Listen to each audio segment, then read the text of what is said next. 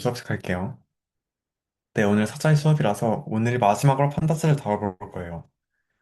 그래서 오늘 간단히 데이터 처리하는 여러 가지 방법을 간단히 배워본 다음에 쫙 전 처리는 어떻게 하고 파일 어떻게 가져오고 그런 걸 한 다음에 시각화는 원래 다음 주 할 예정이지만 오늘 원하는 2조시 수업 진행을 위해서 시각화를 간단히 찍먹을 하고 간단히 작년 기출과 유사한 예비 프로젝트를 진행해 볼 예정입니다. 자, 그럼 처음에 데이터를 어떻게 분석하는지부터 시작을 해볼게요. 우선 지난번에 간단히 그룹바이나 그냥 벡터 연산 등으로 기초적인 연산 분석을 할 수 있으니까 이제 구체적으로 막 스트링 데이터 같은 거 이제 그런 걸 좀 더 잘 어떻게 분석할 수 있는지를 먼저 알아볼게요. 우선 시리즈에서 각 스트링을 보려면은 쉽지 않잖아요. 원래는 그냥 한 셀을 보는데 그 셀 안에 있는 셀의 특성을 보기는 아마 쉽지 않겠죠. 이 셀이 A인가 A가 아닌가를 보는데 이 셀이 A인 이 셀 안에 A가 있는지 를 보려면 그냥 기존 방법은 어려울 거예요. 그냥 각 셀마다 반복하면서 확인하는 게 아니면은. 근데 이제 그걸 해주는 메소드가 스트링이라는 메소드가 있거든요. 어, 윤광이도 왔네. 수업 시작 한지 별로 안 됐으니까 그냥 이었으면 될 것 같고요. 그리고 그래서 스트링 어떤 메소드냐면은 그냥 바닐라 파이썬은 스트링 할 수 있잖아요. 스플릿이거나 리플레이스나 스트립 같은 거. 이제 그걸 시리즈 안에 있는 각 항에 취해주는 거예요. 그래서 시리즈의 스트링이라는 메소드를 사용하면은 그냥 어떤 새로운 객체가 반환거든요. 그 반, 그 객체, 이제 그 객체에 바닐라 파이썬에 있는 스트링 메소드를 취하면은 각 셀에 그 메소드가 벡터화 돼서 취해져요. 예를 들어서 스플릿 점을 하면은 각 셀에 있는 데이터 점 간격을 분리돼서 점으로 분리돼서 이제 리스트가 되고요. 컨테인스를 하면은 그 특정 데이터가 있는지를 다 확인을 해줍니다. 리플레이스도 똑같이 작동하고요. 한번 코드로 자세히 보면서 얘기해 볼게요. 흔히상 이미 데이터를 하나 만들어줬고요. A 언더바 1 이런 데이터를. 그런데 그냥 일반적 바닐라 파이썬 이름 기능 있잖아요. 그냥 A 언더바 1로 스플릿 언더바를 하면은 A1 이렇게 분류되는 거. 이런 리플레이스도 되고요. 근데 그냥 이런 아까 정리한 DF나 이런 DF에서 이걸 실행하려면은 그냥 우리가 알던 걸로 하긴 어렵잖아요. 이럴 때 아까 방금 막 스트링을 쓸 수 있는데 이런 DF 인포를 가져와서 이 시리즈에 대해서 스트링 메시지로 호출해서 이제 새로운 객체를 만든 다음에 스플릿 언더바를 하면은 각 셀에 대해서 스플릿 언더, 이 스플릿 언더바를 실행해줘요. 그래서 A 언더바 1, 2, A1로도 아니고 두 번째 셀인 B 언더바 2도 BB2로 나뉘고 다 나뉜 걸 볼 수가 있죠. 그 잘 되는 걸 볼 수 있는데 사실 그냥 이렇게 리스트를 바꾸면 나중에 데이터 처리가 어렵잖아요. 그냥 우리가 어차피 셀을 다룬 판단스를 쓰는 김에 시리즈를 쭉 길게 펴서 이제 데이터 프레임 바꾸면은 라지 있고, 스몰 A 있고, 1 있고, 그 3열 구조를 만들면 더 좋을 거 아니에요. 이제 그런 상황에 대해서 expand라는 파라미터가 있어서 expand true를 넣어주면은 df info 이렇게 각 스트링에 대해 스플릿한 게 각 열로 나뉘어서 들어가야 됩니다. 쉽죠? 여기까지는. 그 아까 방금 말한 컨테인스 같은 다른 함수들도 작용해서 이제 2가 있는 경우에만 해주죠.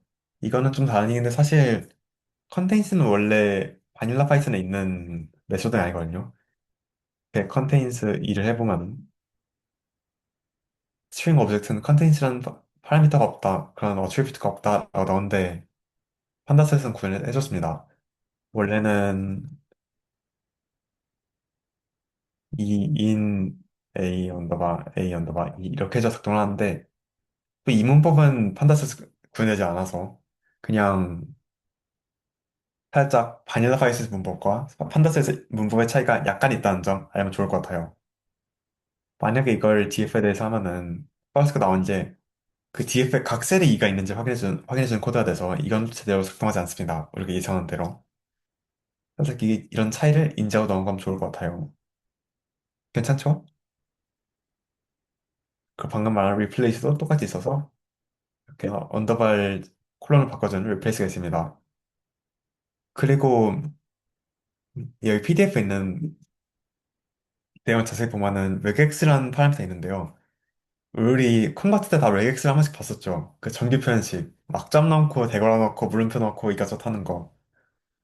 그것처럼 어떻게 구분하는 걸 regex 처리해줄 수가 있거든요. 예를 들어서 뭐가 좋을까요? 숫자가 숫자가 제기하고 예를 들어서 뭐 음, 어떤 게 좋을까요? 대문자를 보고 대문자 A를 지우고 싶다. 이렇게 한 다음에 regex 2를 넣어주면은 여기 regex 2가 들어가면서 대문자 A랑 B가 공배로 지어진 이런 결과를 볼 수가 있겠죠. 이렇게 regex 나올 수 있으니까 컴마 때 배웠던 regex를 한 번씩 다시 보여주시면 좋을 것 같고요. regex가 드문드문 스트링에 대한 킬러 문제로 나오니까 좀 기억이 좀 좋을 것 같아요. 어떤 문법이 있었고 어떤 게 가능한지. 이렇게 해서 기본적인 스트링 처리 방법을 알아봤고요. 그 이외에도 그냥 데이터 프레임에서 인식한 특정 위치에 찾는 거 외에 특정 데이터를 바꾸는 메소드도 있거든요. 대표적으로 리플레이스라는 메소드가 있는데 이제 이런 그냥 긴 데이터를 하나 만들어줄게요. 이런 위에 거 잘라본 이런 데이터 들어있고요. 그래서 봤을 때 성별로 메일, 피메일로 들어가 있잖아요. 근데 이게 그냥 너무 길니까 출력할 때 불편할 수도 있잖아요. 그래서 제가 그냥 이걸 처리하다가 메일을 M으로, 피메일을 F로 바꿔주고 싶었어요.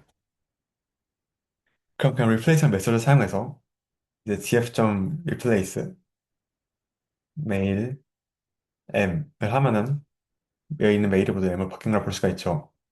또 string.replace랑은 다르게 작동하는 점 기억이 좀 좋을 것 같아요. string.replace를 하면은 여기선 똑같이 작동하겠지만은 그냥 다른 컬러에서 메일이라는 글자 부분이 있어서 다 바뀌겠죠? 메일이 전체가 아니어도 이해가 되죠? 제가 방금 뭔 말했는지 설명을 좀 이상했지만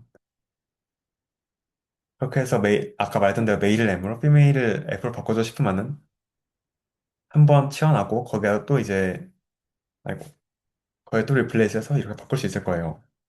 이렇게 합쳐서 이 딕셔너리 형태로 쓸 수 있고요. 꼭 딕셔너리가 아니라 시리즈처럼 키 밸류로 이어져 있는 값이면 다 파라미터 넣어줄 수 있어요.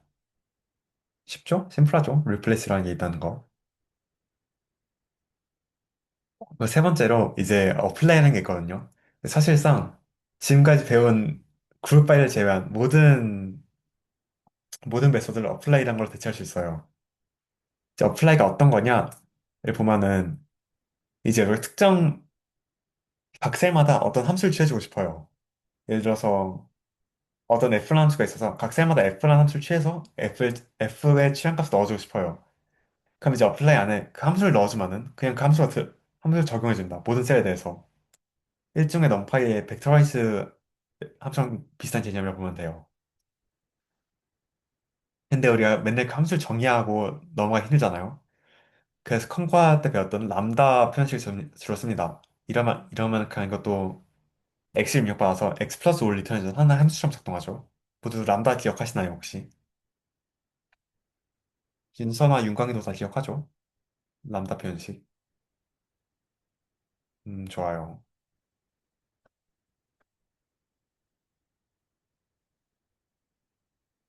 그래서 사실 이거는 벡터 연산으로 가능하지만 df 스코어의 각 항에 대해서 x 플러스 5를 구해주면은 이제 여기 비해서 85, 92, 78에서 90, 97, 83 바뀐 걸 볼 수가 있죠. 여기서 조금 더 나아가서 막 사막 연산자 같은 걸 쓰면은 80점 이상은 패스를 바꾸고 아니면 페일로 바꿔주는 이런 것도 이제 뭐 힘을 들이지 않고 바로 각 셀마 적용해 줄 수 있다. 그리고 이건 조금 여담인데 실제로 그냥 어플라이를 시리즈 칠 땐 상관없는데 데이터 프레임에 취할 때는 각 셀을 기준으로 인덱싱 해주거든요. 각 셀이 아니라 시리즈를 기준으로. 그래서 사실 그런 세부적인 구현문과 차이가 있지만은 사실 우리 수준에서는 막 엄청 자세히 이해할 필요는 없어서 그냥 이번 과제 중 그 선택 과제 넣어놨으니까 궁금하신 분은 그거 한번 자세히 찾아보시면 좋을 것 같고요. 일단은 말했다시피 우리 수준에선 자세히 알 필요가 없는 내용이라서 좀 넘어가도록 할게요. 나중에 필요할 때 다시 한번 더 얘기해 볼게요. 그래서 다시 돌아와서 모두 어플라이에 대해서 이해를 간단히 했죠. 윤수랑 서원이 모두. 자, 그럼 한번 실습을 해볼까요? 간단하게. 어플라이 그냥 처음 보면 좀 익숙해져야 돼서. 여기 DF에서 이제 name, age, gender, job이 언더바로 구분돼 있잖아요. Charlotte 26 female artist. 이걸 좀 네 개의 컬럼으로 나눠서 네임 컬럼, 에이지 컬럼, 젠더 컬럼, 잡 컬럼을 바꿔서 넣어볼래요. 이건 그냥 어플레이를 써도 되고 처음 배웠던 스트링을 써서 해도 돼요.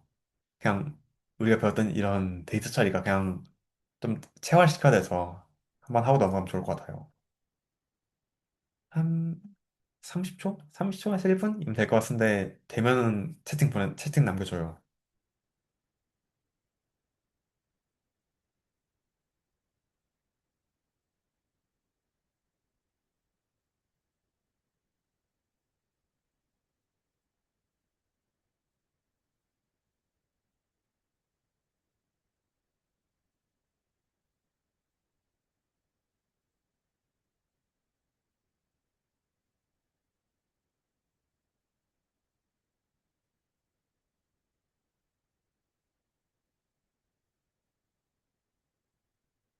서원이는 됐고 윤서 됐나요?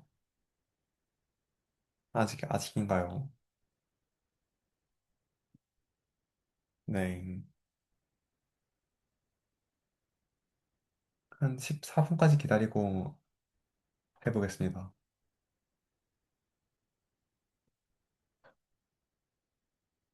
네, 민수도 됐네요.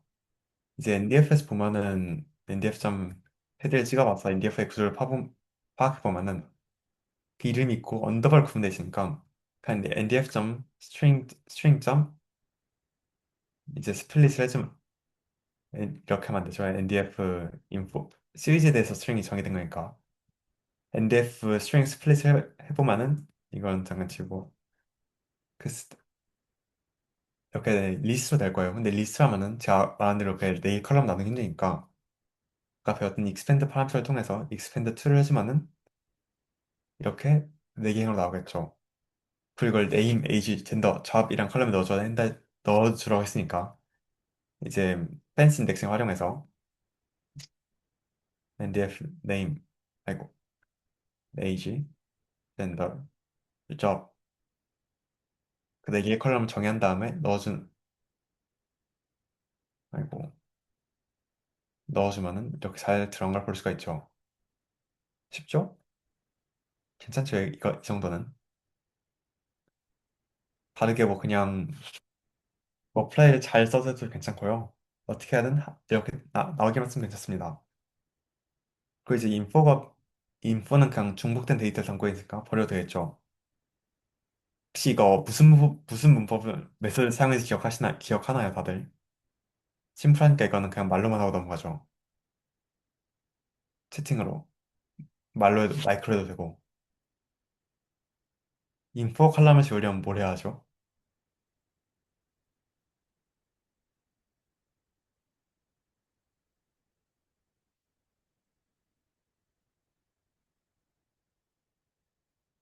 그쵸. 서원이가 말씀드려 드롭을 해야 되죠. 여기서 숙제를 잘해오는 서원이는 다 기억하고 있는 걸 볼 수가 있죠.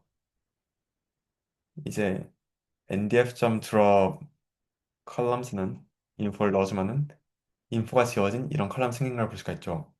이런 데이터 프레임 보는 걸 볼 수가 있죠. 이걸 NDF 넣어주면은 NDF가 싹 이렇게 저장되는 걸 볼 수가 있습니다. 자, 근데 이런 게 막상 시험에 나오는데 우리가 스트링을 까먹었을 수도 있잖아요. 스트링 어떻게 쓰는지. 이런 경우에 항상 어플라이로도 해결할 수가 있거든요. 꼭 이렇게 스트링 문법을 사용하지 않고도 이걸 어플라이로 한번 해볼까요, 이제는? 어플라이가 얼마나 편리하고 넓은 작업을 쓸 수 있는지 확인하기 위해서. 그냥 편의상 인포행에서 이름만 추첨해서 네임 컬럼 한번 저장해 봅시다.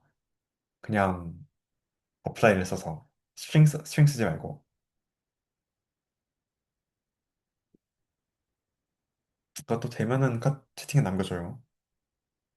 이것도 한 17분쯤 같이 해보죠.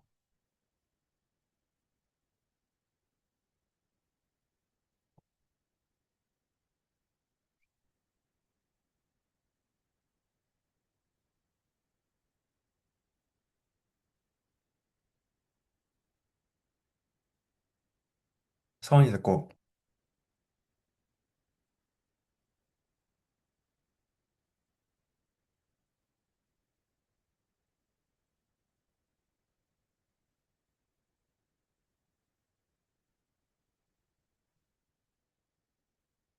준서는 어떻게 되어가고 있나요? 약속 끝난 17분인데.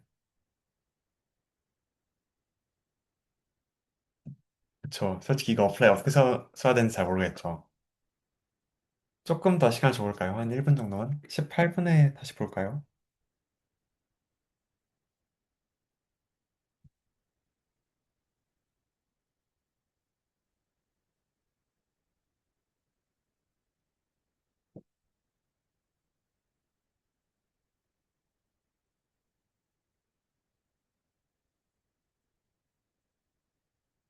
아, 좋아요. 됐네요.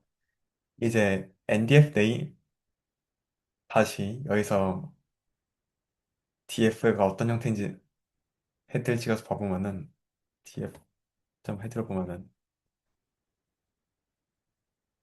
이렇게 다 스플릿으로 언더바로 구분된 걸 보시겠죠. 그래서 스트링 쓰지 않고 어플라이로 보려면 각 항에 대해서 이제 맨 첫 스플릿 앞에 있는 맨 첫 단어를 떼와야 돼요. 그럼 NDF 인포가 아니라 네임에 나와죠. NDF 인포가 NDF 인포에서 각 항에 대해서 각 X가 들어왔을 때 X를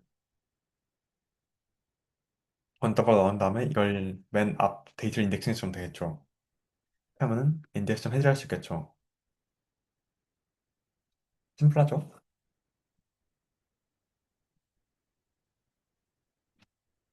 사실 이러면은 그냥 이거 스트링을 써도 되는 거 아닌가 싶을 수 있는데 사실 뒤에 좀 이따 한번 같이 기초적인 데이터 분석을 해볼 건데 하다 보면 어플라이가 되게 쓰기 쉽고 막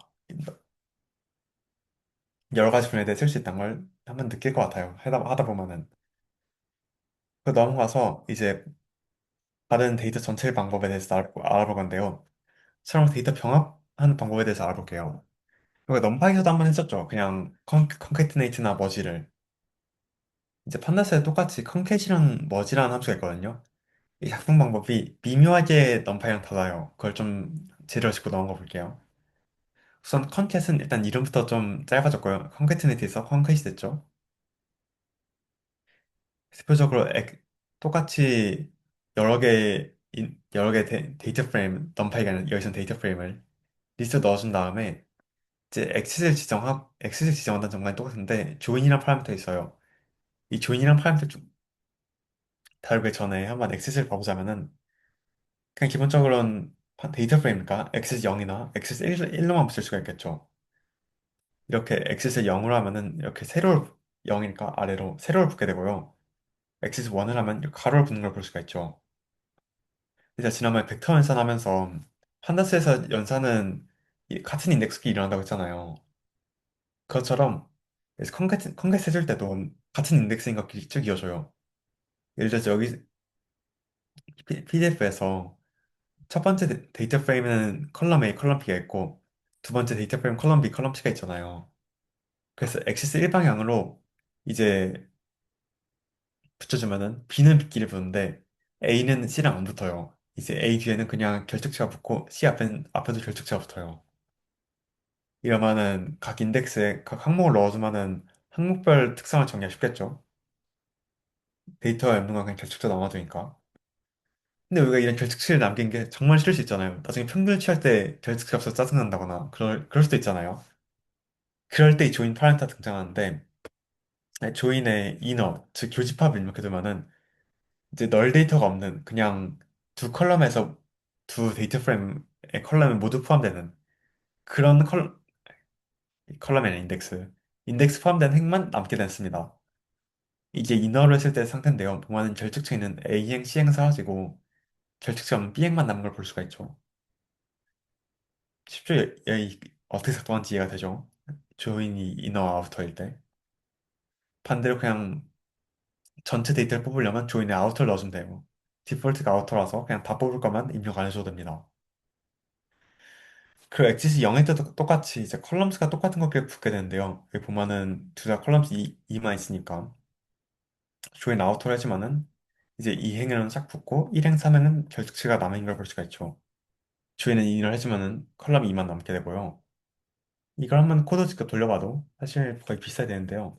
df1, df2를 보면은 똑같죠. 여기 있는 데이터랑.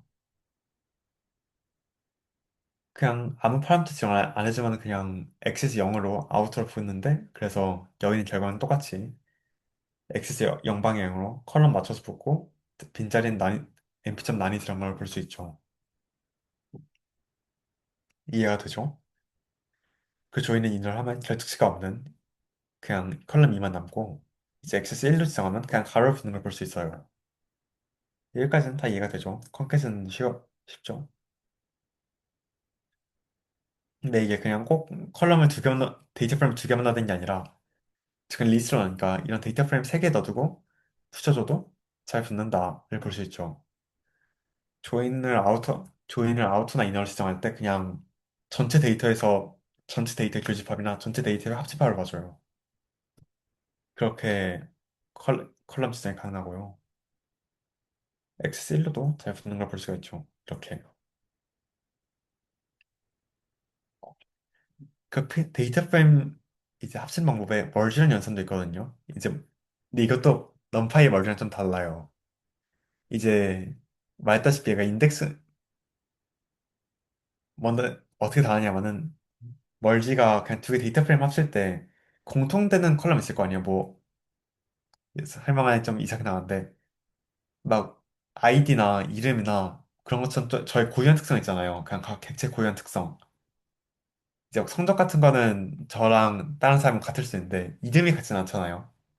학번도 다르고 그런 것처럼 각 객체 고유한 특성 있을 때 그 고유한 특성을 중심으로 같은 데이터를 판별해서 같은 데이터를 같은 행에 넣어주겠다는 얘기예요. 예시를 보면서 이해하면 좀 쉬운데 예를 들어서 두 개의 성적 데이터 있다 봐요. 이름과 이제 성적이 아니네. 이름과 몸무게, 신장, 푸시업 개수, 셔틀런 개수 같은 걸 담은 데이터가 있고 한 이름과 수학 성적, 물리 성적, 화학 성적, 생물 성적이 나온 데이터가 있다 봐요. 이제 그럴 때 이 두 개 데이터 합치고 싶은데 그냥 네임이 모두 공통돼 있고 네임은 고유한 특성이니까 네임이 같은 것끼리 합쳐주고 싶다라고 할 때 멀지를 사용해서 이제 온이란 파라미터에 이제 네임이라고 넣어주면은 네임 같은 것끼리 합쳐줍니다. 앨리스는 여기 데이터 모두 있으니까 두 개 합쳐서 웨이트 55, 하이트 167 쭉 다 들어가고 매스 성적 같은 거 다 들어가죠. 법도 똑같고 처리도 똑같고 근데 반대로 다니엘은 이제 왼쪽 데이터에 있는데 오른쪽 데이터는 없죠. 이제 그래서 그냥 오른쪽 데이터에 대응되는 컬럼들은 다 난이 들어가 있는 걸 볼 수가 있고요. 엠마도 왼쪽에는 다 난이 들어가 있죠. 어떻게 작동하는지 간단히 이해가 되나요? 그래서 다시 코드 돌아와 볼 때 이런 df1과 이런 df2가 있어서 네임이 모두 다를 때 피지점 이제 온 네임으로 위에서의 위에서의 조인이랑 똑같은 파라미터가 되고요. 네임을 기준으로 합쳐주는데 이제 모든 데이터를 포함하겠다라고 하면은 모든 데이터를 포함하니까 결특치가 있는 C나 B도 포함되고요. 네, 이렇게 합쳐진 걸 볼 수가 있죠. 그 피지점 멀지 여기서 인을 넣어주면은 두 개 DF 인덱스에 모두 포함되는 A랑 B만 남은 걸 볼 수 있죠. 살짝 이것도 좀 여담인데 여기 하우 이너 아우터 하면은 완전히 편의상 결특치가 있다 없다로 얘기를 하는데 이너로 한다고 결특치가 없는 데이터만 넘겨준 건 아니에요. 한 두 개 인덱스 모두에 있는 게 중요한 거라서 막 이 경우에는 DF1에서 1에 3에 대응된 특성이 안 담겨 있었잖아요. 결특치였죠, 여기에선. 입력을 안 해줬으니까. 하나 피었죠? 이제 그래서 보면은 결특수가 있긴 한데 인어로 해도 남는 걸 볼 수가 있죠.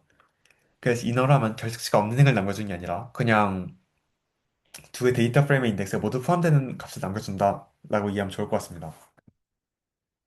그리고 보면 여기 파라미터에 df를 리스트로 묶어서 넣어주지 않잖아요. 그래서 얘는 여러 개의 데이터 프레임 받을 수 없고 단지 두 개의 데이터 프레임만을 받거든요. 그래서 이제 하우에 아우터나 이너 대신에 왼쪽에 인덱스 그대로 가져오겠다 라는 의미에서 레프트란 코도 넣어줄 수 있고 오른쪽 데이터 즉 df2의 인덱스 가져오겠다 라는 의미에서 라이트도 가능합니다. 레프트랑 라이트 잘 이해가 되나요? 윤서도 잘 이해가 되나요? 좋아요. 그리고 그것도 조금 다른 여담인데 만약에 두 개의 데이터 프레임에 네임 말고 열이 하나 더 있었다 해봐요. 예를 들어서 뭐 여기에 뭐가 있을까? 학번액이 하나 더 있었다 해보자. 그럼 여기도 학번 있고 여기도 학번 있잖아요. 그럼 그 최종 결과는 DF에서 똑같은 이름 가진 컬럼 두 개 있는가? 그건 아니고 이제 왼쪽 데이터에는 언더바 X, 오른쪽 언더바에 언더바 Y를 붙여서 구분해줘요. 예를 들어서 네, 컬럼스를 1, 2, 3, 4, 5, 4 일부 안 겹쳐놨는데 만약에 DF2에서 컬럼이 3이라서 컬럼 이름이 만약 겹쳤다면은 머지를 할 때 3x, 3 언더바 x, 3 언더바 y로 두 개 컬럼이 구분되는 걸 볼 수가 있죠. 이렇게 컬럼 구분이 된다. 를 기억해두면 좋을 것 같아요. 사실 이걸 꼭 알아야 되냐? 이건 사실 꼭 알아야 되는 건 아닌데 이런 잡다한 지식이 알 때 뭐 시험 볼 때 우연히 도움될 때가 있어서 알아두면 좋습니다. 데이터 분석할 때도 알아두면 좋고요. 자, 그래서 사실 이거 컨챗이나 머지도 딱 한 번 보고 이해하기가 쉽지 않아서 얘도 한번 아래 예제로 실습해 보고 갈게요. 어떤 데이터냐면 이제 1월과 2월에서 각 판매량을 주별로 기록해 놓은 건데 이제 두 데이터를 합쳐서 그냥 1월, 2월에 8주 동안 데이터를 구하고 싶어요. 이제 인덱스는 똑같이 노스, 사우스, 이스트, 웨스트고 컬럼이 위권 제니어리, 윅2 제니어리, 점점점 위권 페이버리, 윅2 페이버리, 윅3 페이버리 다 들어가게. 이걸 한번 해볼까요? 이것도 시간을 한 1분 줘서 30분까지 해볼게요. 조금 사실 오늘 수업을 천천히 나가도 돼서 내용을 벌써 반을 넘게 왔어요. 어쨌든 둘 다 되면은 채팅에 남겨주세요. 서원이 됐고, 서원이 잘하네.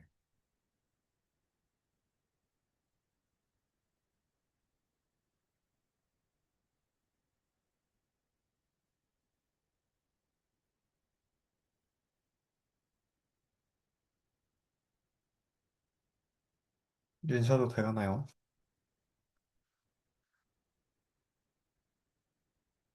그쵸, 윤서 됐죠.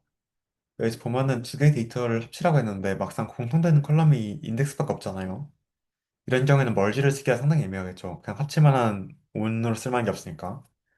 그래서 이 경우는 그냥 콘캣을 써서 이제 df January와 df February, 웃긴다. df February를 가져와서 그냥 x 일방향으로 붙으면 되겠죠. 그냥 결식이 없으니까 조있는 굳이 지정해 줄 필요 없고. 그러면 샥 다 붙겠죠. 그건 다른 예제인데, 이번에 합친 데이터인데, 이번엔 ID가 다 공통된 게 있어요. 이제 아이디 기준으로 ID가 같은 애들끼리 성적을 합쳐서 봅시다. 축구나 배드민턴 성적? 결과랑, 이제 수학, 영어 점수랑. 그래서 아이디 1인의 이름, 사커, 배드민턴, 매스, 잉글리시, 이렇게 뭐 그냥 6개 컬럼이 들어오게. 한번 합쳐볼까요?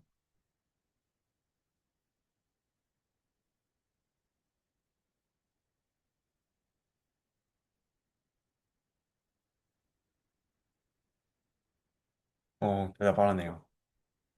아까 말했다시피 이제 pd.merge를 쓰면 되겠죠? 아이디가 공통됐으니까.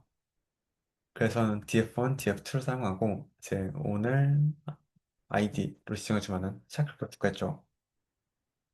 그 조금 여담인데, 아이고, 만약에 이렇게 할 때 그냥 우연히 잘못 보고 네임이 양쪽인 줄 알고 네임 같은 한쪽에 있는 컬럼만을 지정해주면은 이 경우에는 에러가 나니까 주의가 좀 좋을 것 같아요. T에러가 TF2에 네임이 없어서 T에러가 나요.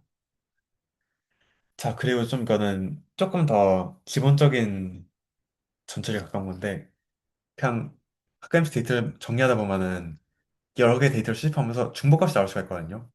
예를 들어서 여기서 104 데이비드가 있는데 또 104 데이비드가 있죠. 다른 거 다 똑같고. 그러면은 이런 경우에서 어떻게 되냐면 일단 만약에 우리가 이런 점을 맞이했을 때 이상이 있다는 걸 어떻게 확신하냐면요. 그냥 DF 유니크를 지난번에 다뤘죠? 서원아 우리 유니크 했지 지난번. 유니크를 안 했어요? 유니크까지 이번에 배우려고 했나 봐요. 여기 넣어 잠시만요. PDF 좀 확인하고 갈게요.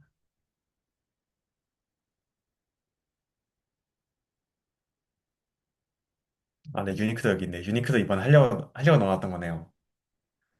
살짝 이런 중복 데이터를 확인하기 위해서 여기에 어떤 데이터가 있는지, 여기에 중복된 데이터가 있는지를 확인해 봐야 되잖아요. 그럼 그냥 가장 기본적인 메소드가 유니크란 메소드거든요. 이게 어떤 메소드냐? 어떤 시리즈를 넣어줬을 때, 이제 그 시리즈에 있는 값을, 중복 값을 제외하고 알려줘요. 예를 들어서 그냥 df student id 점 values로 데이터를 뽑으면은 중복값이 있어서 104 이렇게 여러 번 나오잖아요. 근데 유니크를 해주면은 이런 중복값이 모두 지워져서 중복된 104가 한 번만 나오는 걸 볼 수가 있죠. 이런 이렇게 중복값을 그냥 지워서 어떤 데이터인지 알려준 유니크가 있고요. 이건 사실 데이터 처리에 사용한다기보다는 우리가 한 번에 딱 한 번에 전체 데이터를 보기 편하겠죠. 그 이와 유사하게 그냥 n유니크라고 유니크한 데이터 몇 개인지 확인할 수 있죠. 그래서 다시 돌아와서 이런 이상한 데이터가 있을 때 스튜던트 아이디가 중복되는 것 같다. 그러면 df 스튜던트 아이디와 이제 n유니크를 비교해 봤을 때 사이즈가 더 크다. 그러면 중복된 데이터 있다는 말이겠죠. 전 데이터 종류가 데이터 개수보다 적으니까. 그렇게 해서 이런 메소드를 활용해서 중복된 데이터가 있음을 확인할 수 있고요.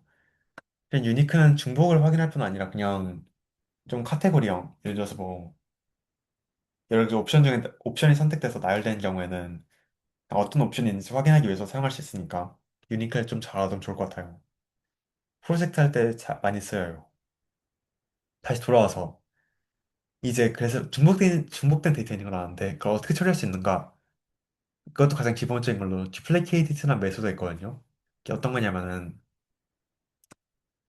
각 행에 대해서 이 행이 전에 나왔던 행이랑 같은지를 확인해줘요.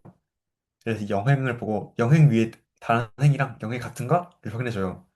그냥 영행은 그 위에 아무런 행도 없으니까 영행에는 그냥 같은 행이 없다 해서 false가 들어가 있죠. 똑같이 1행도 확인해 보니까 영행이랑 다르다. 얘도 false가 들어가고 2행도 3행도 false 그쪽 가다가 이제 5행을 확인할 때 5행은 2행이랑 데이터 똑같잖아요. 보면은 103 찰리 에이베스, 103 찰리 에이베스하고 똑같죠. 그럼 얘는 위에 같은 게 있다 하고 여기는 true를 넣어놔요. 이제 그렇게 해서 위에 중복된 데이터가 있을 경우에 true를 넣어줍니다. 그래서 위엔 다 false, false, false, false, false, true, true가 되는 걸 볼 수 있죠. 이해가 되죠? 어떻게 작동하는지. 그래서 우리가 중복되지 않은 데이터만 얻고 싶다 하면은 이제 not df duplicated 하면은 중복되지 않은 데이터에 대한 불 데이터가 남고 그걸 불리한 인덱싱 하지만은 중복되지 않은 데이터를 얻을 수 있겠죠. 이렇게 인덱싱 할 경우에는 이제 이 인덱스는 좀 바뀐다는 점 기억 좀 좋을 것 같아요. 그래서 drop duplicate라는 메소드가 있는데 이거는 그냥 이 과정을 자동화해 놓은 걸로 이제 duplicate가 트루인 값을 지워줘요. 그냥 드롭해 주는 거죠. 그 df student id에 대해 시행해 보면은 그 5행, 6행 사진을 볼 수가 있죠. 여기 사이에 있는 위에처럼. 그리고 사실 이걸 시리즈에 넣으려고 했는데 살짝 제작하다가 실수가 있었나 봐요. 이건 시리즈에 넣은 걸 이해를 하고 할게요. 우리가 이제 행 사이에 같은 게 있을 경우 스트레인지를 말 안 했으니까. 어쨌든 다시 돌아와서 살짝 방금 미리 봤지만 이런 메소드를 DF에 적용될 경우에도 똑같이 작동할 수 있습니다. 방금 유니크는 제외하고 nunique, duplicate는 drop duplicate는 작동합니다. 유니크는 아무래도 각 컬럼에 대해서 유니크 값을 각 시리즈에 대해서 유니크 값을 뽑아주다 보니까 데이터 사이즈가 너무 커져서 그냥 데이터 프레임 지원을 안 해주는 모양 같고요. 뒤에 데이터 프레임에 대해서 유니크 해보면은 각 컬럼별로 유니크한 값이 바뀌는지 확인할 수 있죠. 즉 그레이드나 서브젝 같은 경우에는 네임 같은 경우는 달리 중복값이 있으니까 A 있고 A 여러 번 있으니까 N이니까 조금 작은 걸 볼 수 있죠. 3으로. 그 DF duplicate를 하면은 여기서 작동하는 걸 볼 수 있어요. 이 경우에는 행 전체가 같은지를 확인해줘요. 예를 들어서 여기서 백사, 데이비드가 있어도 여기서 만약 C3가 아니라 C3에서 D를 모았다. 그러면 다른 기체로 와서 duplicate의 first를 유출합니다. 여기는 그냥 두 행 모두 같아서 트루가 나온 걸 볼 수 있죠. 드롭 duplicate도 똑같이 작동하다고요. 방금 말한 것처럼 이게 찰리에서 그레이드 하나를 묶어놨는데요. 그거는 아까 데이터는 달리 찰리가 두 개 있지만은 한 찰리는 A를 맞았고 한 찰리는 B를 맞았죠. 이럴 때 DF에서 드롭 duplicate를 해보면은 이 찰리랑 이 찰리는 서로 성적이 달라서 다른 찰리를 인식을 해줘요. 그러면은 다른 찰리니까 duplicate가 first 되고 드롭 되지 않겠죠. 그래서 이 경우에 df.duplicate를 해보면은 duplicate가 아니라 duplicated, 였죠. 시험 때 이런 실수하면 안 되고요. duplicate를 해보면은 오행이 first가 된걸 볼 수 있죠. 이렇게 df를 넣을 경우는 각 행이 모두 같아야 중복값을 인식한다는 점을 기억하시면 좋을 것 같아요. 반대로 df student 컬럼 이름 뭐였지?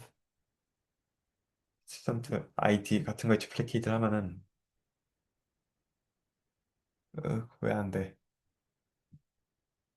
student id를 duplicate를 하면은 이 오행이 다른 값은 다른데 student id는 중복값이니까 그냥 true를 보여주는 걸 알 수 있죠. 근데 특정 컬럼을 기준으로 중복값 확인하고 싶으면은 이런 drop duplicate를 안 쓰고 이렇게 직접 불리한 인덱스를 해주는 게 좋을 수도 있어요. 이런 경우에는 A를 살릴지 B를 살릴지를 좀 생각을 해야겠죠. 데이터 처리한다면 그런 걸 좀 고려해서 코드를 짜면 좋을 것 같고요. 일단은 단순히 메소드를 배우는 거니까 넘어가 보도록 할게요. 모두 중복값에 대해서는 이해가 됐나요? 윤서랑 선이 모두 좋아요. 제가 마지막 결측 수술인데요. 우리가 넘파이에서도 이즈만이나 그런 걸 보면서 간단히 결측 수술 배웠어요.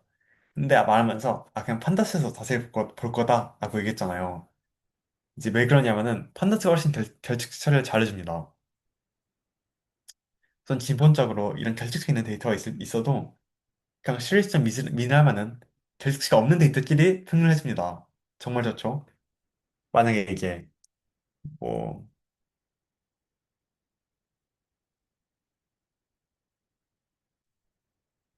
아이고 밸류스가 아니라 이런 결측식 있는 ND 어레이 경우에는 어레이점 민을 하면은 그냥 또 그냥 결측해 있다고 처리 안 해주거든요. 판다스는 또 이런 넘파이와 다르게 결측치를 대고 빼고 처리해주는 걸 알 수 있어요. 맥스 같은 것도 잘 확인이 되고요. 근데 만약에 좀 이건 단 얘기지만 np.info가 있으면은 미를 할 때 얘는 그냥 다 맥스 인프 찍어줍니다. 인프는 나는 것 좀 다르게 처리돼요. 그 점 조금 좋을 것 같고요. 이건 그냥 np.9이 잘 처리된다는 걸 말해주고 싶었던 거고 우리가 직접 지워야 된다면은 이제 isNull이라는 메소드 사용할 수 있거든요. 실점 isNull 하면은 이제 각 셀에 대해서 그 데이터가 널 데이터인지 아닌지 확인해줘요. 그래서 널 데이터란 np.inf는 널 데이터를 인식을 안 하고 np.9이나 그냥 바닐라 파이썬에 있는 널 데이터인 난 같은 걸 널 데이터로 확인해 줍니다. 그러면은 널이나 난이 있는 0번, 4번이 트루가 된 걸 볼 수가 있죠. 참고로 이널 대신에 실점 나도 있긴 한데 사실 이 두 개의 메소드가 완전히 똑같아서 사실 플래튼이랑 웨이브처럼 완전히 똑같은 메소드라서 둘 중 하나만 알고 있었던 무방할 것 같습니다. 어쨌든 여기서 똑같이 결특체 지우려면은 시리즈에서 또 불려 인덱스 해줄 수 있겠죠? 뭐 지금 시리즈 점 있으나 하면 시리즈 없는 결특체 아닌 데이터는 남겠지만은 이것도 위에서는 똑같이 드롭나라는 게 있어서 그냥 NA 데이터를 빼줄 수 있어요. 쉽죠? 컬럼에서도 똑같이 작동하고 컬럼 나 써놨네. 데이터 프레임에서도 드롭나 원에 작동하는데 이 경우에는 한 두 컬럼 중에 한 데이터라도 결특체가 있으면 다 날려줘요. 이 경우는 얘는 결특체인데 얘는 결특체 아닌데도 얘 결특체라서 날라간 걸 볼 수 있죠. 그 그냥 다시 날리는 거 외에도 그냥 넌 데이터를 채워줄 수 있는데 대표적으로 필나라는 게 있어요. 필나 0을 하면은 그냥 결특체를 다 입력한 값으로 채워줍니다. 0 대신 1 같은 것도 되고요. 여기서는 다 나머지가 인트라서 안 되겠지만은 나머지 데이터가 스트링이었다면 그냥 스트링을 넣어주는 것도 가능합니다. 그리고 여기에 꼭 스칼라만 넣을 수 있는 건데요. 아닌데요. 그냥 여기에 1, 1 넣어주면 1은 안 되고 1점 시리즈 A는 1, B는 2 이렇게 해서 A는 1로 채워주고 B는 2로 채워주겠다. 그러면 잠시만요. A 결특ችን 1로 채워지고 B 결특ችን 2로 채워진 걸 볼 수 있죠. 그냥 브로드캐스팅과 유사하게 작동한다고 보면 좋을 것 같고요. 그리고 직접 이렇게 점에서 넣어준 게 아니라 df.bin 같은 걸 잘 활용하면은 이제 결특치를 제외한 평균값을 넣어줄 수도 있겠죠. 이제 막 A에는 널 데이터 이거 두 개를 뺀 평균값을 2, 3, 4였으니까 그 평균값을 채워줄 수도 있고요. B도 똑같이 B의 평균값을 채워줬겠죠. 여기 방금 말했던 것처럼 이렇게 시리즈 넣어줄 수도 있어요. 딕셔너리도 되고요. 데이터 프레임도 돼요. 데이터 프레임 경우에는 그냥 각 셀마다 다른 값을 넣어줄 수 있겠죠. 그리고 제가 콜앱은 안 나왔지만 여긴 적어놨었는데 필링 할때 메소드는 파라미터 있거든요. 메소드 할 때 bfill이나 fill이라고 넣으면은 그 직접 값을 입력해주는 게 아니라 그 넣은 데이터 다음에 있는 데이터 채워주거나 그 데이터 전에 있는 데이터 채워줄 수 있어요. 근데 이게 사실 지금 작동하긴 하는데 예를 들어서 df.fill 메소드는 bfill 하면은 그냥 여기 있던 걸 그 아래에 있는 다음에 있는 데이터를 가져와서 이걸로 데이터를 덮어줄 수 있어요. 근데 이게 이제 파이썬에서 future run이라는 경고를 띄워주는데 이게 무슨 경고냐면은 이 문법이 곧 사라진다. 메소드를 비필 지정하는 문법이 곧 사라질 것이다. 필라에서 메소드는 곧 사라질 것이다. 라고 경고를 띄워줘요. 그래서 사실 판다스에서 이런 문법을 권장하지 않고 있고요. 그래서 그 대신 df.bfill, df.ffill이라는 새로운 메소드를 쓰길 권장하고 있습니다. 이 경우에 보면은 좀 작동 방법을 중점적으로 보면은 df에서 난 다음에 있는 2.0으로 나는 채워주고 이 난 다음에는 다음에 3.0으로 나는 채워주고 이 나는 다음에는 5.0을 채워주고 이 나는 다음 데이터 없어서 그냥 안 채워진 걸 볼 수 있죠. 여기서 만약에 액셋은 1로 지정해주면요. 이제 난 데이터의 다음 있는 데이터를 이 데이터가 아니라 오른쪽에 있는 이 데이터를 봐줍니다. 액셋을 지정해주니까. 이해가 되죠? 어떻게 작동하는지. 참고로 BPL은 백필의 약자고요. 이제 앞데이터를 써준 프론트 필인 F필도 존재합니다. 작동 방법은 똑같고요. 그 기초적인 데이터 처리 알아봤는데 사실 시각화는 원래 다음 수업에 할 예정이거든요. 네, 아무래도 2교시 수업을 기억하다 보니까 시각화를 기초적인 걸 할 줄 알아야 된다라고 생각을 해서 간단한 시각화를 좀 개념에서 벗어나서 그냥 기술적으로 어떻게 하는지만 오늘 간단히 찍먹을 하고 넘어가 볼게요. 다음 주에 이 모든 문법을 자세히 배워볼 예정이고요. 그 시각화를 어떻게 하냐를 보면은 기본적으로 matplotlib.py 플러스에 있는 PLT라는 라이브러리를 주로 사용해요. 그래서 이걸 그냥 오늘 대표적으로 그냥 세 개의 그래프만 배워볼 건데 다음 주엔 더 많이 배울 거예요. PLT 점 대표적 plot, bar, pie 이 세 개 그래프만 일단 보고 넘어갈게요. 플러스는 어떤 거냐면 이렇게 그냥 막대 그래프거든요. 이제 막대 그래프인데 이제 선으로 이을 점을 우리가 입력할 수 있어요. 이 그 점들이 X좌표, 그 점들이 Y좌표 이렇게 입력해 주는 거예요. 예를 들어서 우리가 0,1, 2,3, 3,4 이 세 개 점을 지나는 막대 그래프를 그리고 싶다 하면 각각 X좌표인 0, 2, 3을 입력해주고 오른쪽에는 각 Y좌표인 1, 3, 4를 입력해주면은 샥 그래프가 생깁니다. 좀 이렇게 이렇게 하나를 5로 바꿔주고 싶다 하면 이렇게 하면 좀 꺾인 그래프가 되겠죠. 이렇게 그냥 X좌표, Y좌표 집대서 여러 개 좌표를 찍어준다는 점 기억하면 좋을 것 같아요. 그냥 이거는 그냥 된다만 이해하면 좋을 것 같아요. 구체적으로 어떤 파라미터 더 있고 좀 더 있긴 한데 그냥 지금 수준에서는 오늘 그냥 간단히만 찍고 넘어가는 거니까 이거 이렇게 한번 보고 넘어갈게요. 그 plt.bar라는 메소드를 활용하면 막대 그래프를 그릴 수 있는데 이거는 각 카테고리의 이름을 이렇게 맨 처음 넣어주고 각 카테고리 값을 넣어주면 돼요. 이 경우는 그냥 카테고리 1, 카테고리 2, 카테고리 3를 넣어줘서 각 5, 3, 4 그 값을 가지는 그래프를 그린 걸 볼 수 있죠. 이해가 되죠? 대충 어떻게 작동하는 건지. 윤서도 괜찮죠? 괜찮죠, 윤서? 아, 좋아요. 그 똑같이 원형 그래프는 파이 그래프라니까 필점 파이를 해서 조금 문법이 다른데 그러니까 각 값을 입력해주고 레이블스라는 파라미터로 각 숙제되는데 항목 문제 이제 레이블 이름을 넣어줘요 라벨처럼. 그래서 이런 문법으로 파이 그래프 원형 그래프 그릴 수 있다. 그리고 좀 다른 얘기인데 이제 우리가 물실이나 화실 좀 했으면 알겠지.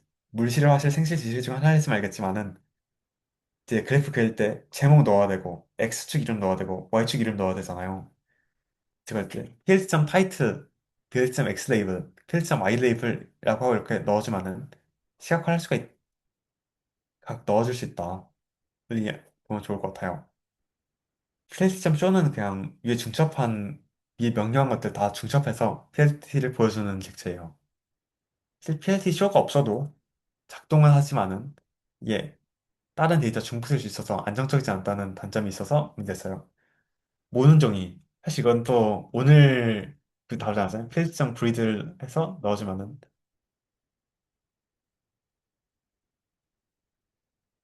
문법이 맞는지 맞네요. 이렇게 해서 모는종의 들어간 걸 볼 수 있죠.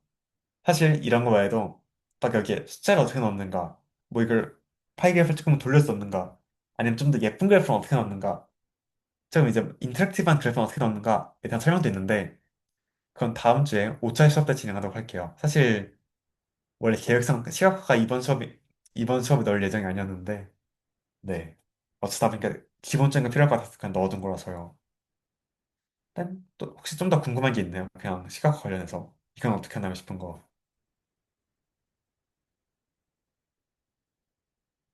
없으면은 자세한 건 다음 주에 배워보도록 하겠습니다.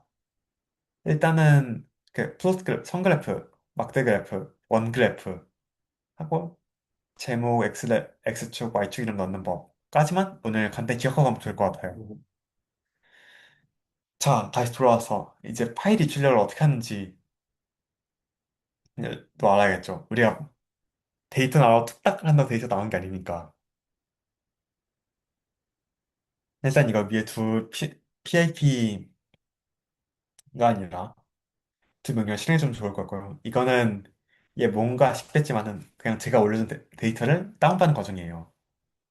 사실 이렇게 있어 보이게 하지만은 그냥 여러분은 프로젝트를 할 때 CSV를 다운받아서 그냥 드래그 앤 드랍으로 여기다 직접 넣어줘도 돼요.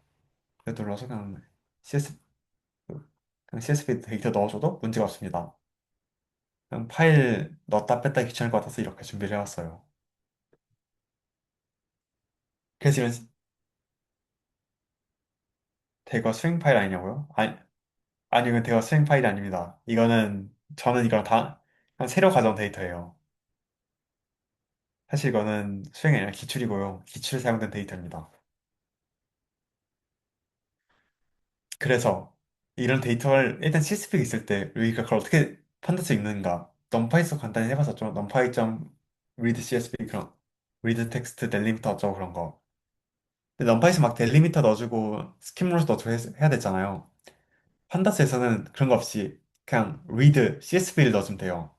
read CSV 하고 읽으면 딱 읽어집니다. 좋죠? 반대로 저장한 것도 그냥 to CSV DF에 파라미터 to CSV를 해주면은 혹 저장한 이름 넣어주면은 샥 들어간 걸 볼 수가 있죠. 그 우리가 저장한 이렇게 새로 생긴 CSV 같은 걸 볼 수 있고요. to excel이란 이름으로 xlxx 파일로 저장이 가능합니다. to JSON 이름으로 JSON으로 저장이 가능하고요. 사실 우리가 아는 대부분 자료 있잖아요. 그냥 뭘 해볼까요? 아무 자료이나 말해봅시다. 그 나와 있는데 to clipboard, to CSV, to dictionary, to Excel, to Feather, to GPQ, to HDF, HTML, JSON, LaTeX, 마크다운, 넘파이, 오아시, 월시 이게 뭐지?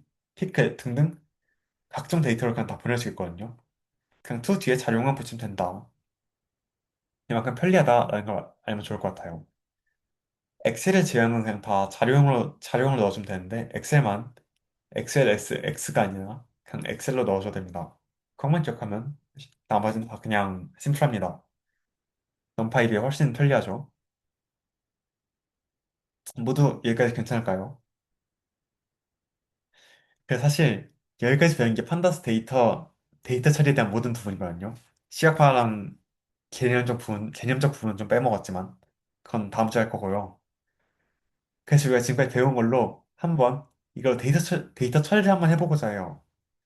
사실 말이 데이터 처리지 그냥 사실 기출문제고요. 기출문제를 한번 풀어본다라는 마음가짐으로 데이터 처리를 해볼 겁니다. 우선 데이터를 이렇게 읽어오고 DF 좀 해를 찍어보면은 이런 데이터 있는 걸 볼 수 있죠. 근데 보다 보니까 주차장 이게 어떤 데이터 말고 이거는 의도한 바는 아니라서 맨 앞에 있는 언네임드 0 컬럼은 지워줘 갈게요. 불편하니까. 이게 그냥 CSV나 엑셀 파일 불러올 때 자동으로 들어가는 데이터인데 그냥 무의미한 데이터라서 지워줘 갈게요. 다 0으로 채워져 있어요. 이걸 한번 쳐주시고요. 모두 됐나요? 그래서 다시 보다 보면은 다시 DF.header 찍어보면은 이게 주차장, 서울시에 있는 공영 주차장에 대한 데이터거든요. 근데 보다 보면 주차장 모양 이런 구나 알 보다 보면 시도 붙어 있거든요. 뒤에 붙점 헤드 한 20 보면은 막 시가 붙어 있거든요. 이런 걸 봤을 때 이게 그냥 구 단위에서 운영되냐, 시 단위에서 운영되냐에 대한 얘기인데 사실 크게 중요한 거 아니잖아요. 이 구나 시를 한번 없애봅시다. 이를 지우고 그냥 상기 이동 공용 주차장 이렇게 남기는 것처럼 구나 시를 다 지워서 저장해 봅시다. 이걸 한번 해볼게요. 56분까지? 안 되면 조금 시간 더 주고. 전 그동안 물 좀 마시고 올게요.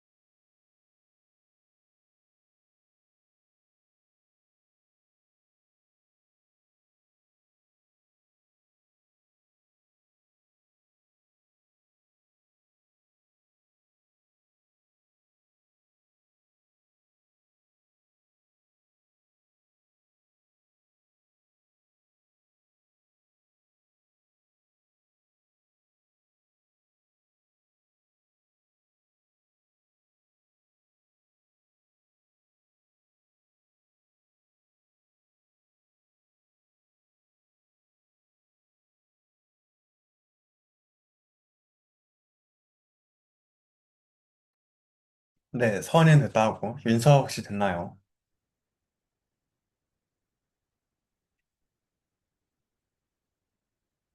잠시만요.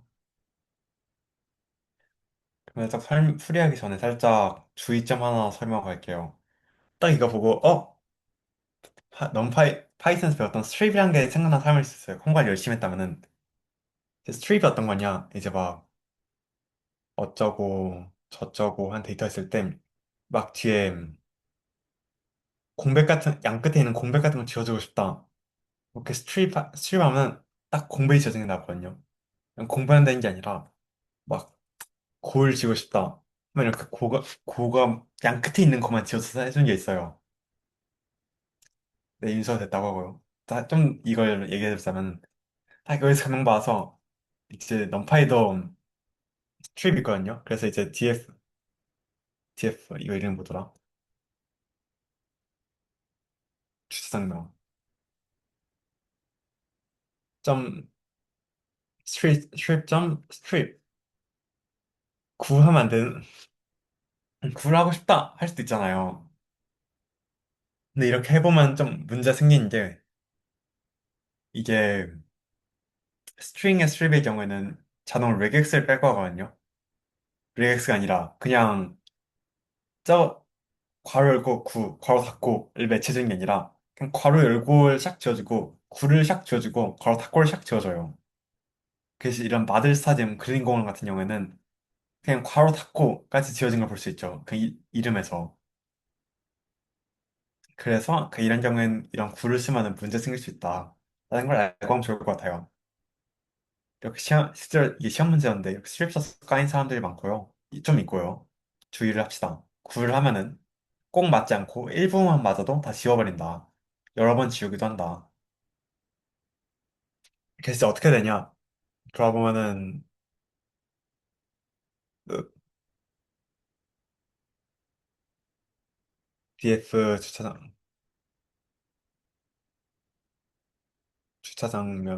명에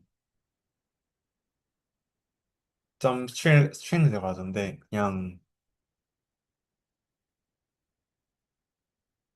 구를 콜론에서 이렇게 날려주고 또 여기서 스트링 가져와서 replace c를 날려줘도 되겠죠? 사실 외객스를 써서 조금 더 군능하게 가운데 점 괄호 열고 점 괄호 닫고 regex true를 넣어도 가능하긴 하지만은 일단 이렇게만 해도 작동을 하는 걸 볼 수 있습니다. 괜찮죠? 다음 문제로 이제 자치구에 관한 자치구만 정보다면 구 컬러 만들 수 있겠죠. 주소 보면은 도봉구, 노원구, 성동구, 영등포구 이렇게 다 구가 적혀 있잖아요. 그걸로 구에 대한 데이터를 싹 담을 수 있을 것 같아요. 한번 해볼까요?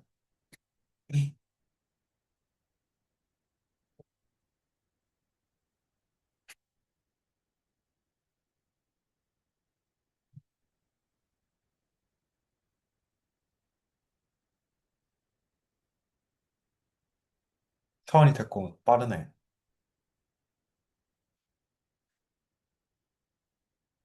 준수하는 동안 또 다른 여담을 하나 하고 있을까요?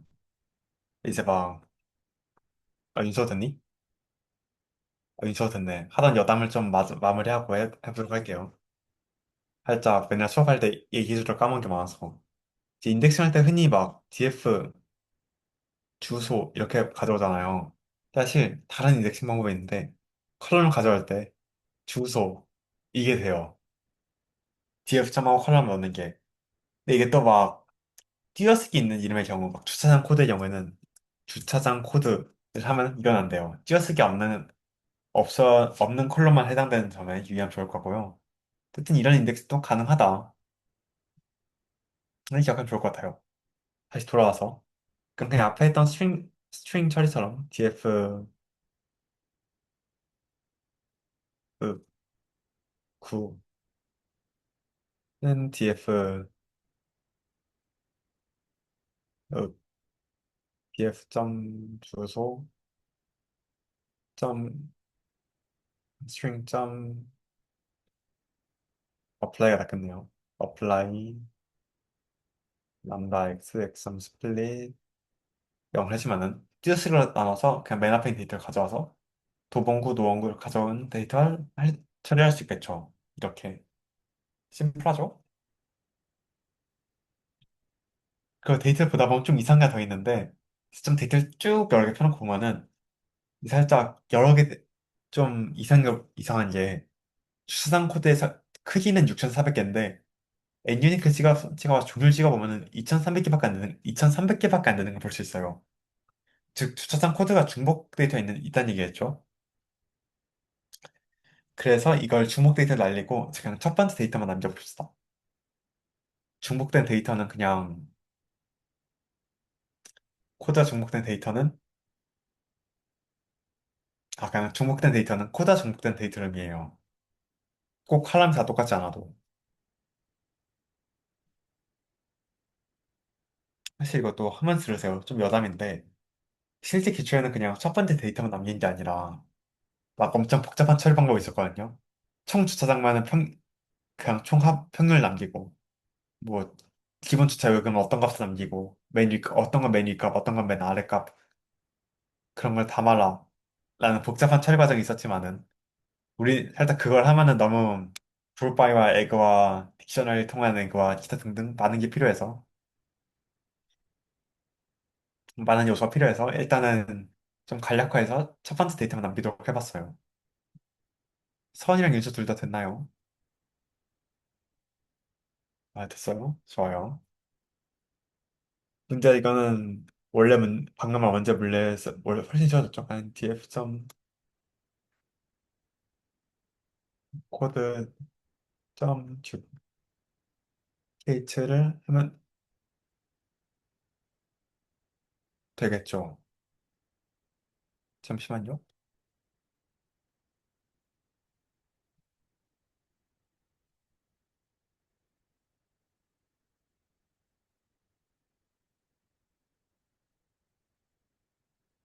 네, 어쨌든 다시 돌아와서 이렇게 하면은 그냥 중복 이런 실수하면 안 된다. df 점 duplicate 뜨죠. duplicate는 drop duplicate고. 그래서 중복된 데이터를 지워보면은 그냥 전체 데이터를 뽑았을 때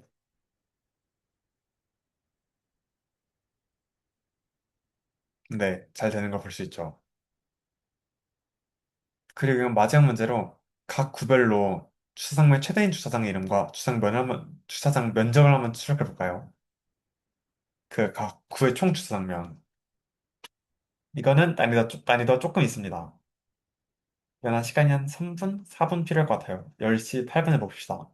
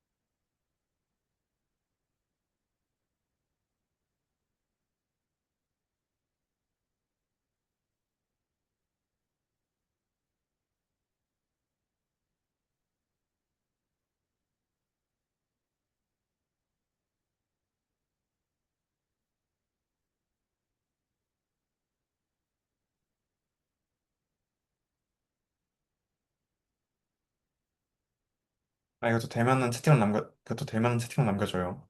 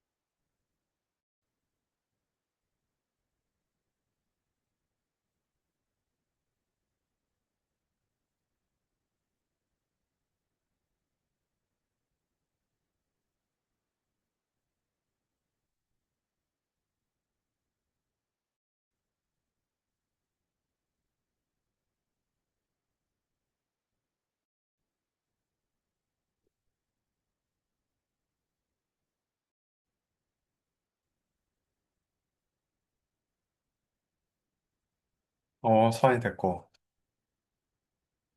인서 됐나요? 아무래도 좀 해야 될 게 있어서. 인서 됐나? 2분 시간 할 거 많잖아요. 10시 한 9분까지 볼게요. 아니요, 사실 별로 없어요. 그냥 숙제 가지고 몰라 하는 일 달아서. 네. 인서 그냥 하면서 해요. 거의 그냥 영상 듣는 친구들한테 다 포함되는 말인데, 숙제 달성률이 너무 낮아요, 지금. 저희가 숙제가 보면은, 수업 과제, 1차식 과제 보면은, 이건 그나마 2명 해왔거든요. 서준이랑 서원인데, 이제 2차식 과제 가면 한 명이 돼요. 3차식 과제 가면 3차식은 한 명이에요. 아, 좋다며요. 서원이 말고 아무도 안 하고 있어요, 과제. 서원이 말고 과제를 아무도 안 해요. 슬프네요, 참. 아까 공문하다시피, 이걸 그냥 설명을 들었다와 이런 예제가 있을 때 예제를 풀 수 있다는 엄연히 다른 얘기잖아요, 여러분. 살짝 보면 다 할 수 있을 것 같은데 막세 보면 얘 리턴 타입이 뭐였지? 얘 리턴을 DF를 직접 줬나 아니면 그냥 저장해줬나? 그러니까 디플레이트인가 디플레이트인가 살짝 그런 게 되게 헷갈리거든요. 이제 그런 걸로 시험 스코어 가니까 잘 기억하면 좋을 것 같아요. 그리고 그냥 행 이름 같은 거 넣을 때도 진짜 실수 컬럼 이름 맨날 잘못 넣다 보면은 이제 그 습관돼서 시험 가서 틀리고 제가 그렇게 시험 가서 컬럼 이름을 틀려서 점수를 많이 까였어요. 여러분 저 같은 실수하지 마시고 숙제 하니까 10시 9분 했는데 됐나요? 됐군요. 그래요. 그럼 어떻게 해야 되나? 사실 하는 방법은 조금 다양할 것 같거든요. 제가 어떻게 했는지 좀 먼저 말해볼게요. 우선 DF.점 구별로 최대 수보였으까 그룹 바이 뭐냐? 굴 해야겠죠? 하고 일단 주차장 뭐냐? 총 주차장을 가져와서 점 맥스를 하면은 이제 총수장 각 강남 각 구별로 총수장만 최대한 주장을 뽑을 수 있어요. 이어가긴 쉽죠. 최대한 주장 이름이 이제 좀 난감하거든요. 딱 생각나는 방법은 두 가지로 이제 인덱싱하는 거랑 이제 인덱싱하는 거랑 아니면 IDX 맥스를 쓰는 방법이 있겠죠. 근데 이제 인덱싱하는 좀 난감한 게 이 지역을 찾으면 뭘 해야 돼요? 강남 구면서 총수장면이 575인 어떤 걸 찾아야 돼요. 상당히 하기가 난감하죠. 막 인덱스 빼고 이것저 타고 하면 빡세겠죠. 그래서 IDX 맥스를 쓰는 게 좋을 것 같은데 IDX 맥스를 어떻게 쓰냐 하면 일단 얘가 구로 가 있어야겠죠. 이 뭐냐 추상명이 구로 가 있어야지 이제 인덱스 맥스를 쓸 수가 있겠죠. 그래서 DF에서 set 인덱스를 한번 해줍니다. set 인덱스를 써서 set 인덱스 추상명을 해줍니다. 그럼 일단 여기서 총 추상명이 나왔고 AC가 IDX 맥스를 바꿔주면은 IDX 맥스 하면 각 최대 면적을 가진 추상을 뽑을 수 있겠죠. 이제 이걸 액을 써서 두 개를 뽑아줍니다. 맥스 뽑아주고 이 이름을 먼저 했을까? IDX 맥스, 맥스 두 개 뽑았습니다. 그리고 이건 사실 여기까지만 해도 충분하지만은 IDX 맥스, 맥스가 마음에 안 들면 안 될 수 있으니까 리네임을 해서 컬럼스를 IDX 맥스는 총주, 주차장명, 맥스는 총주차명 하면은 완성할 수 있겠죠. 얘를 딱 보면 설마 이건 나오겠어 싶을 수 있는데 저희 중간 4번에 6번인가 5번인가 그렇거든요. 딱 똑같이 이걸 하는 게 위네임까지 하는 게 위네임 안 까였어요. 그래서 이걸 한번 해보는 게 도움이 많이 된다. 이 정도 난이도 시험 나올 수 있다. 이렇게 기억하면 좋을 것 같아요. 그렇습니다. 그리고 숙제 얘기를 해야 될 것 같은데 숙제를 안 해라는 얘기가 아니라 이게 잠시만요. 일을 안 일어나서.